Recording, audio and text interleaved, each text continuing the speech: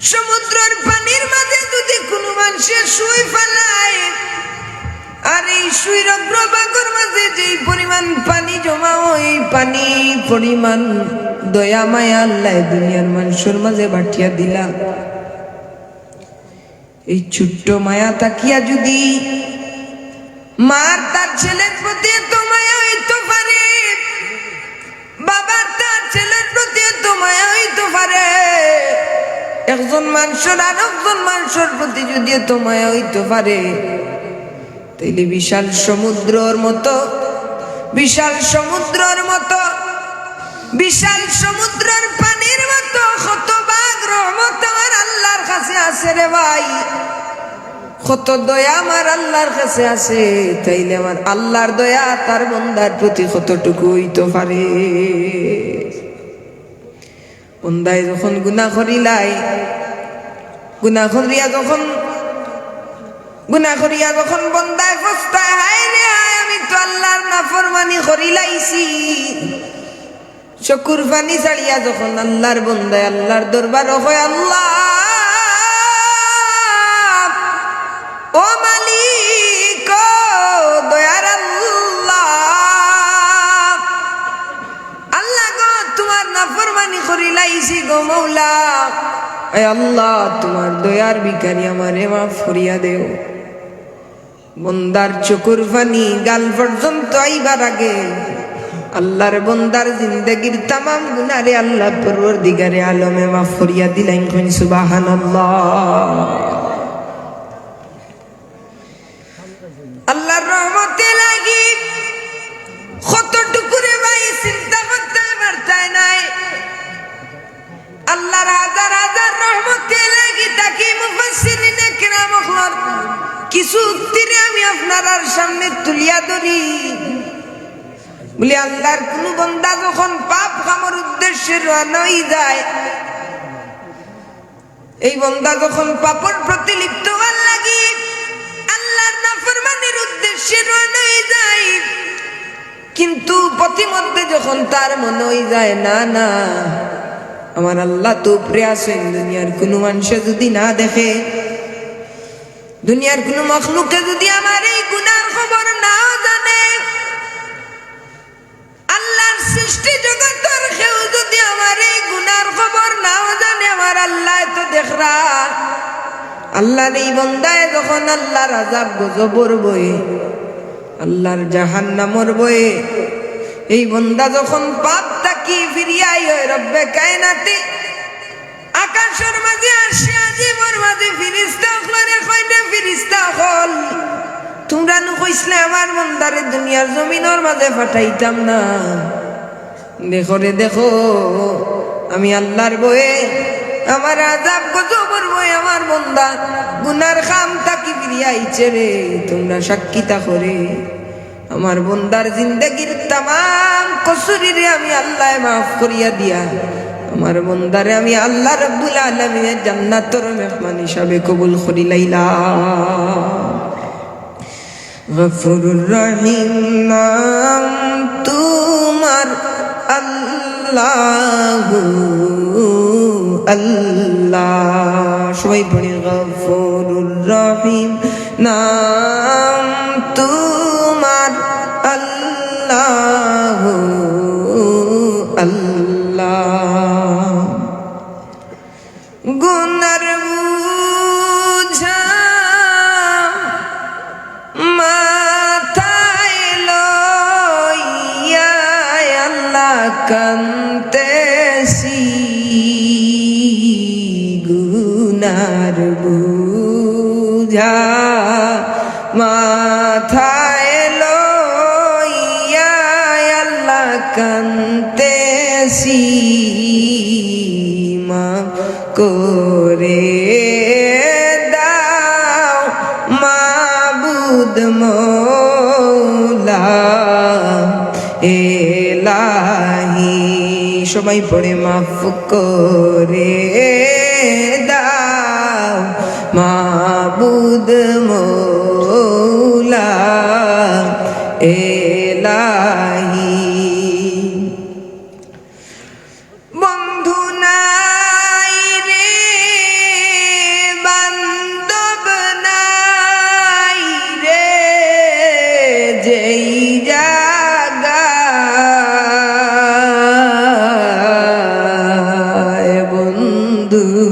নাই রে, বান্ধব নাই রে, যেই জায়গায়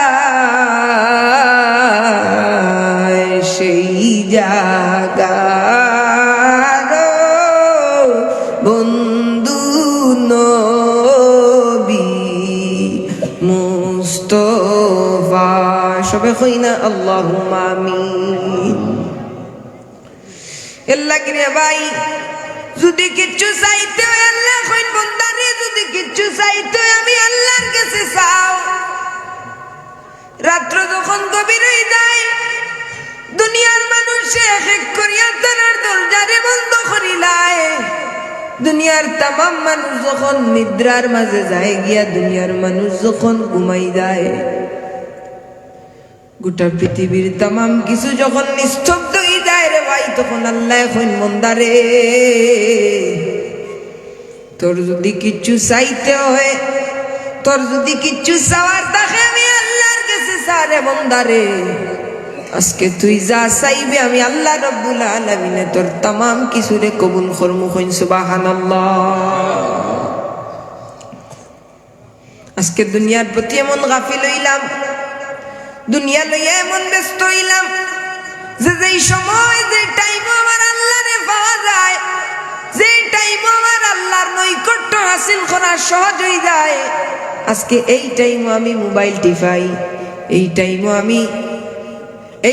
আমি যোগাযোগ মাধ্যমের মাঝে অনেক পাপাচারের মাঝে লিপ্ত হয়ে যাই রে ভাই।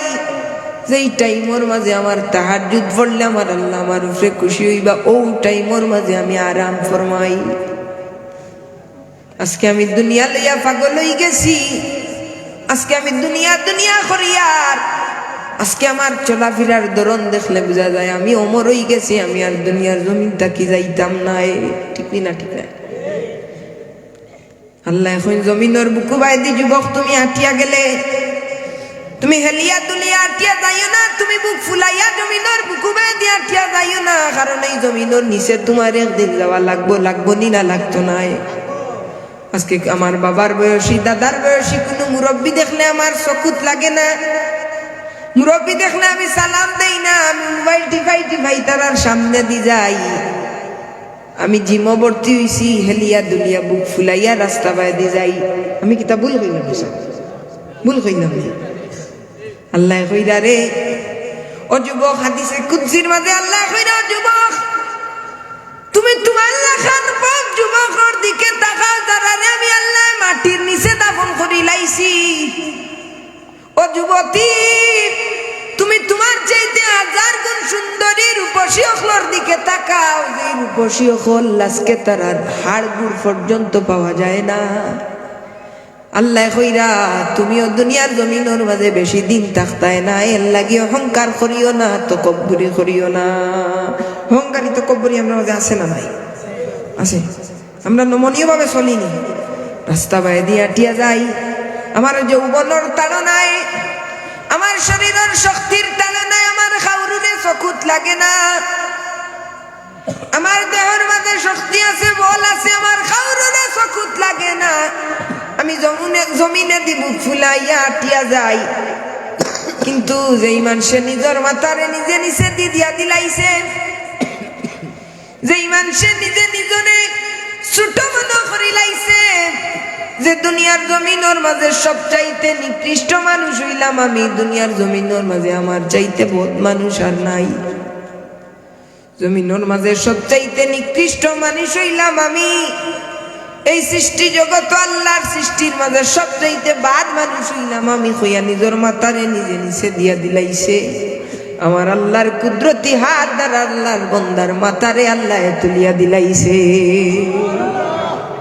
আর যে মানুষে নিজের মাথারে নিজে উফরিদি তুলি লাইছে, যে মানুষে নিজরে নেতা মনে করছে, যে মানুষে নিজে নিজে নিজে নিজে নিজে ভাবি বাবা শোনেন, যুবক হলে অনেক যুবক হল তারা চলাফেরা দেখলে বোঝা যায় তা মরতা না, তারার যৌবন চিরদিনের লাগি আল্লাহ দিলাইছে।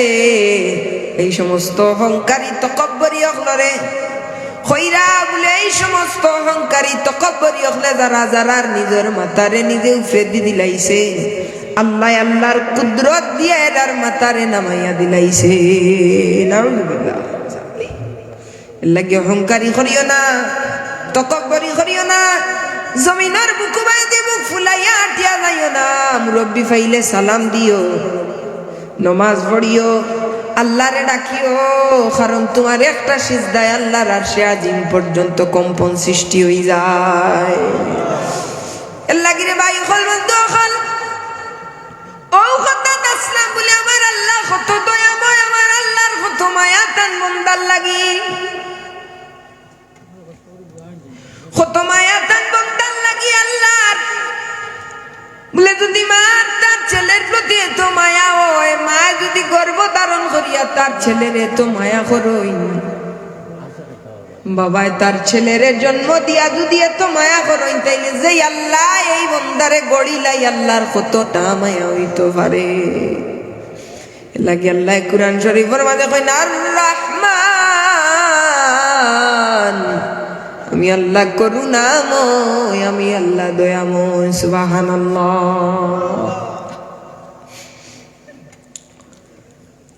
মুসা আলাইহিস সালাতু ওয়াস সালাম আল্লাহরে কইন, আল্লাহ এই ফেরাউনে তোমার এত নাফরমানি করে, এই ফেরাউনে নিজে নিজে কয় না রাব্বুকুমুল আলা, আল্লাহ চাইলে তো গজব দিয়া তারে ধ্বংস করিয়া দিলাইতে পারতায়। আল্লাহ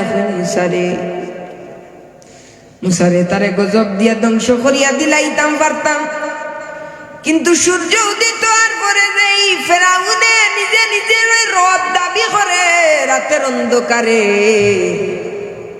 তুমি জানো না রে মুসা, আমি আল্লাহর দরবারও মাথাটারে নয়া হয় আল্লাহ, দুনিয়ার মানুষে যদি আমারে রব ডাকে, আমারে প্রভু মনে করে, কিন্তু আমি তো আসলেও প্রভু নাই, আল্লাহ আসল প্রভু তো তুমি। আল্লাহ আমি জানি আমি প্রভু নাই, কোন ক্ষমতা আমার তো নাই, আল্লাহ তুমি সত্য, তুমি রব, তুমি রব্বিল আলামিন। আল্লাহ দয়া করি আমার এই পাপাচারের কারণে তুমি আমারে গজব দিয়া ধ্বংস করিও না। মুসারে ফেরাউনে আমি আল্লাহর দরবার অনুতপ্ত ইয়া কান্দিবার কারণে আমি আল্লাহ তার এখন পর্যন্ত গজব দিয়া ধ্বংস করছি না। মুসা আলাইহিস সালাতু ওয়াস সালামের জবানাত 40 বছর বৃষ্টি বন্ধ হয়ে গেল। তান কওমের মানুষ আইয়া কইলা, নবী মুসা আপনি তো মুস্তাজাবুদ দাওয়া, দোয়া করলেই কবুল হয়ে যায়, আপনি আল্লাহর কাছে বলুন আল্লাহ যেন জমিনের মধ্যে বৃষ্টি বর্ষিত করেন, জমিনের মধ্যে যেন আল্লাহ রাব্বুল আলামিন বৃষ্টি বর্ষণ করেন। মুসা আলাইহিস সালাম ময়দানের মধ্যে উনার কওমের মানুষদেরকে জমায়েত হইয়া উনি আল্লাহর কাছে দোয়া করলেন, আল্লাহ মালিক, ও দয়ার আল্লাহ, জমিনের মধ্যে বৃষ্টি দাও, জমিনের মধ্যে বৃষ্টি দাও। রব্বুল আলামিন ওহী পাঠিয়ে দিলেন, এ মুসা তোমার দোয়া কবুল হবে না। কেন কবুল হবে না? এই জামাতের মধ্যে একটা মানুষ আছে যে 40 বছর ধরে আল্লাহ নাফরমানি করতেছে। নাউযুবিল্লাহ। যত সময় পর্যন্ত এই ব্যক্তিটা এই জায়গা থেকে না উঠে যাবে, তত সময় পর্যন্ত তোমার দোয়া কবুল হবে না। কিন্তু কিছু সময় পরে দেখা যায় যে জমিনে আল্লাহ বৃষ্টি দিয়ে দিয়েছেন। সুবহানাল্লাহ।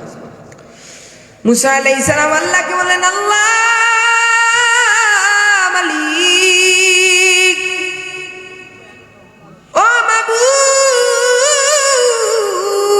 ও দয়ার আল্লাহ, এই তো বললে বৃষ্টি দেবে না, এখন কেন বৃষ্টি দাও?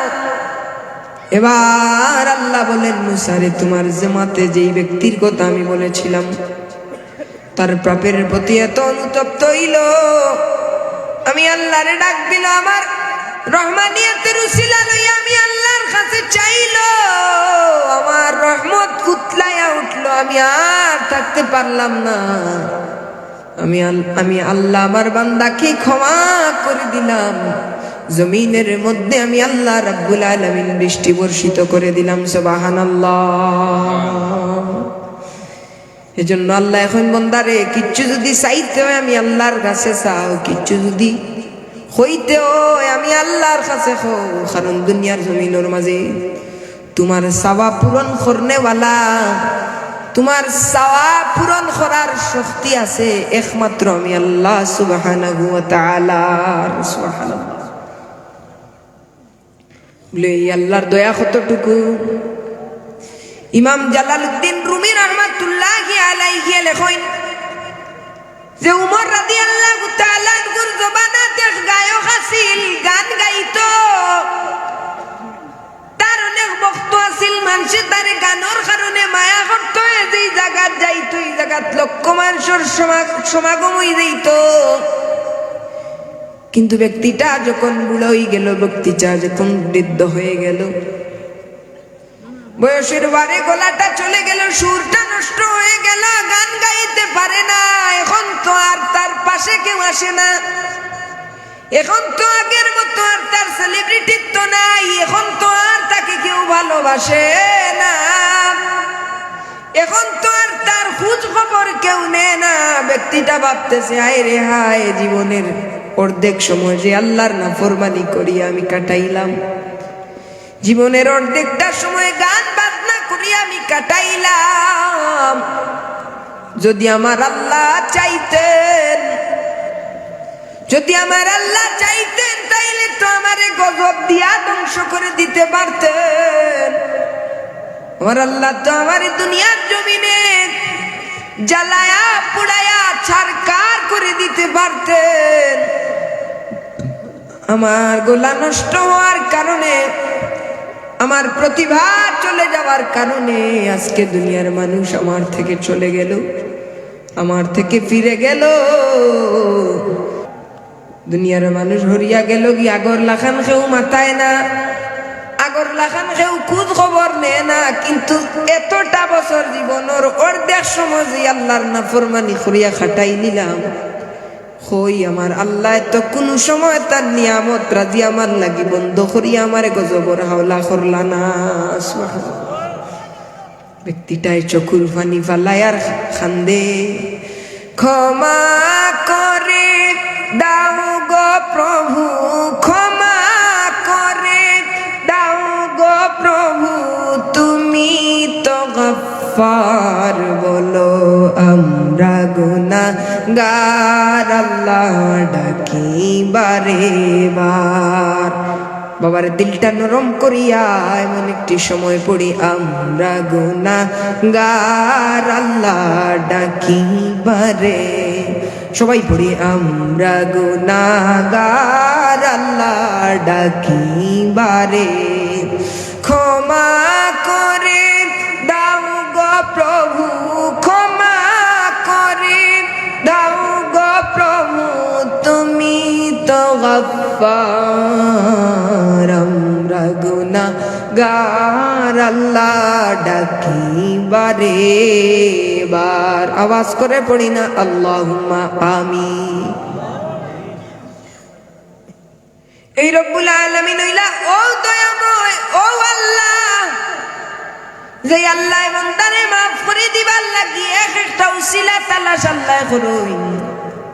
আর রাই পরিমাণ নেক আমল পাওয়ার কারণে রাই পরিমাণ নেক আমলের বদৌলতে আল্লাহ তার বান্দার জিন্দেগীর তামাম কসুরিরে মাফ করিয়া দিলেন। সুবহানাল্লাহ।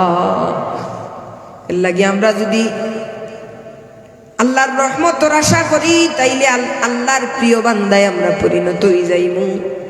কারণ যেই মানুষগুলাই আল্লাহর দরবারও ভুল করিয়া ক্ষমা চায়, সব সময় আল্লাহর দরবারও অনুতপ্ত হয়ে আল্লাহ পরওয়ারদিগারে আলমে এই সমস্ত বান্দা হলোর উপরে আল্লাহ খুশি হয়ে যায়। 2 নম্বরে আমি আয়াত পড়ছি, ফাইযা যামতা ফাতাওয়াক্কাল আলাল্লাহ।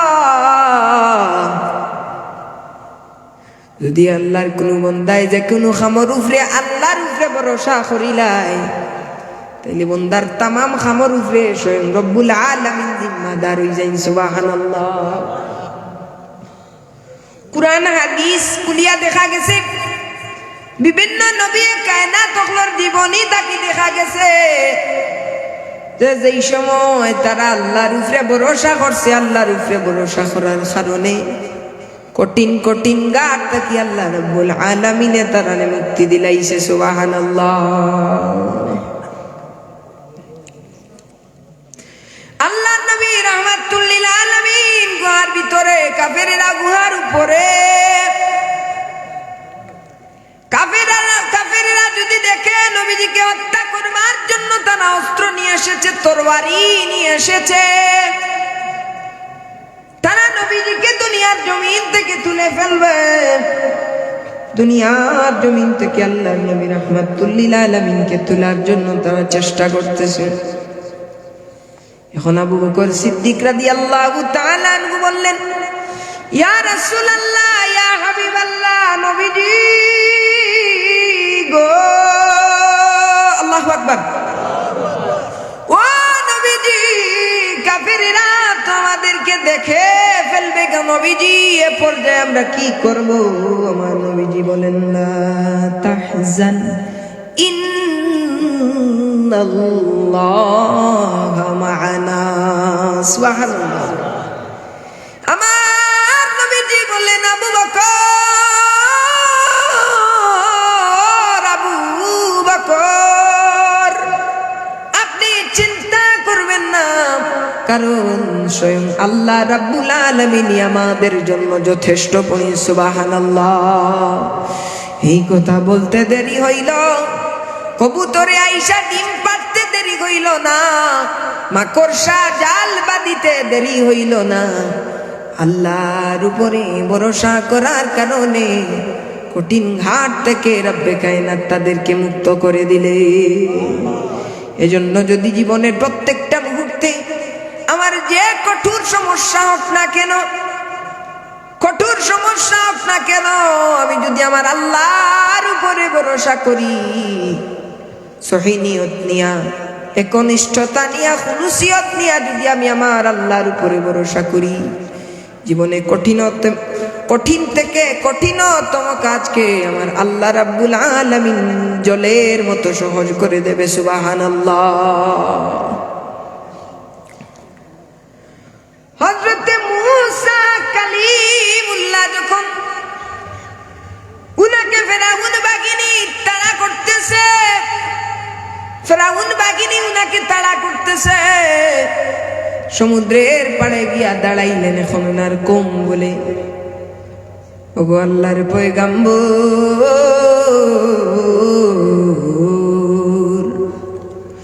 ও আল্লাহর পয়গাম্বর, এখন কি করব? তারা তোমাদেরকে দুনিয়ার জমিন থেকে তুলে ফেলবে, কঠিন মুসিবত পিছনের দিকে আসতেছে। মূসা কালিমুল্লাহ বললেন, ভয় পাওয়ার কোনো কারণ নাই, ভয় পাওয়ার কোনো কারণ নাই, আমার আল্লাহই আমাদের জন্য যথেষ্ট। পড়ি সুবহানাল্লাহ। রব্বে কায়নাত সঙ্গে সঙ্গে বললেন, ফাওহাইনা ইলা মূসা, ফাওহাইনা ইলা মূসা আনিদ্রিব বিআসাকাল বাহরি فانفلق فكان كل فرق كالطود العظيم। পড়ি সুবহানাল্লাহ।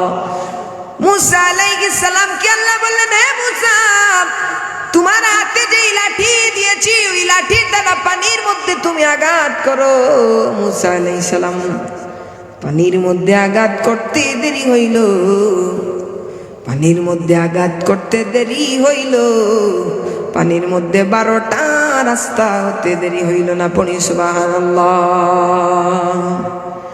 সাগর নদী আর পাহাড়ে বনে পাখিদের গুনগুন গুঞ্জরণে, সাগর নদী আর পাহাড়ে বনে পাখিদের গুনগুন গুঞ্জরণে, ভেসে আসে ওই সুমধুর তান, চারিদিকে শুধু আল্লাহর জয়গান। আল্লাহ মহান, আল্লাহ মহান, আল্লাহ মহান, আল্লাহ মহান, আল্লাহ মহান, আল্লাহ মহান, আল্লাহ মহান, আল্লাহ মহান। সুবহানাল্লাহ। শুনো তুমি মন দিয়ে কোকিলের সুর, শুনতে লাগছে যেন কত না মধুর। মিষ্টি মিষ্টি ওই দুয়েলের গান রয়েছে তাহাতে কি সুদায় ফুরান। কোথা পেল তাহারা এ সুরমলা, জবাব পাবে দিল খুদা মহিয়ান।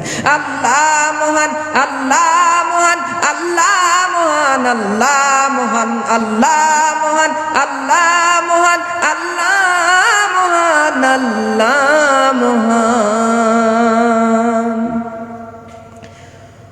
বলো তুমি আকাশের চাঁদ তারা, কোথা থেকে পেল তারা সুরমলা।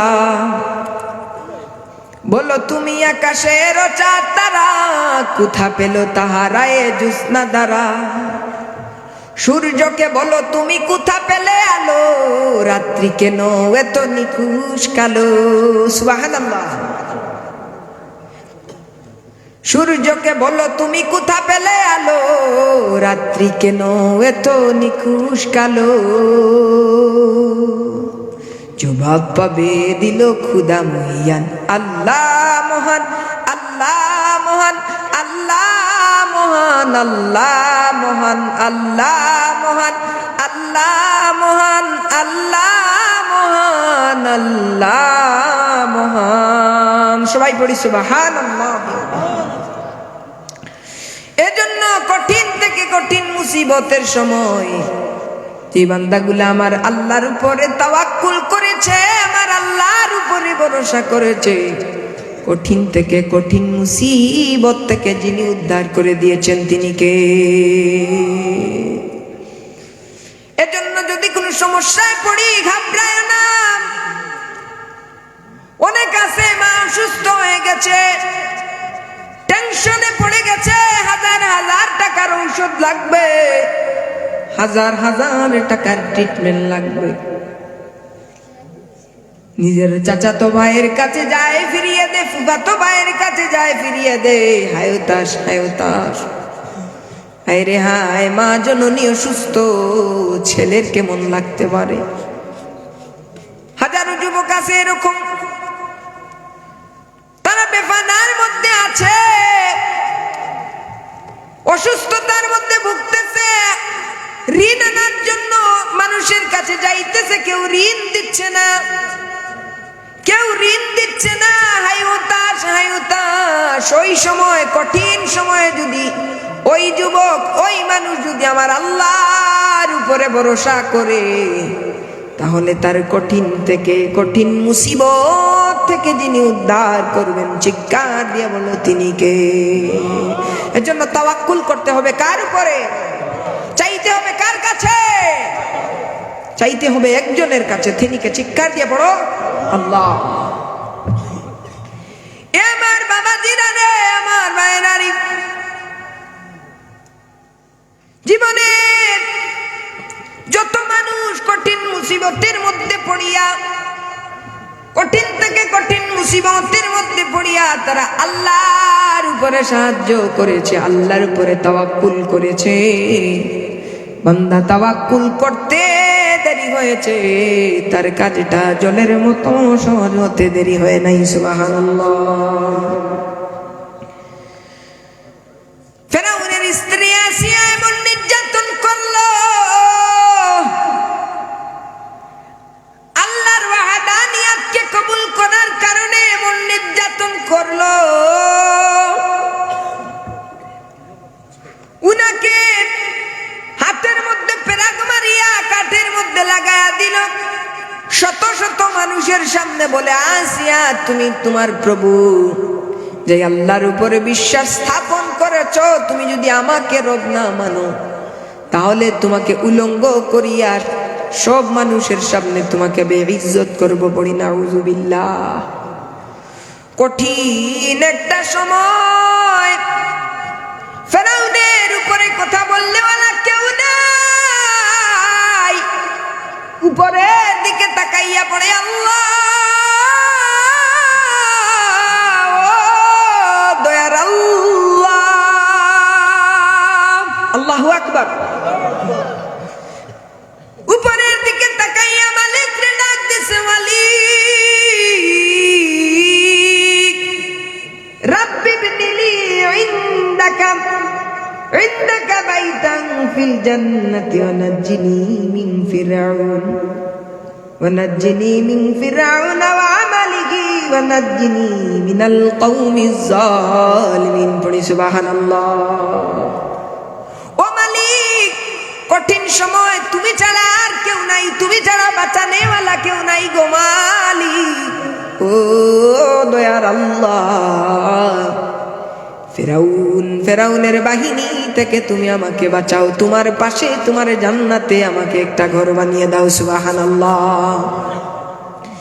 আসিয়া ডাক দিয়ে বলে, মালিক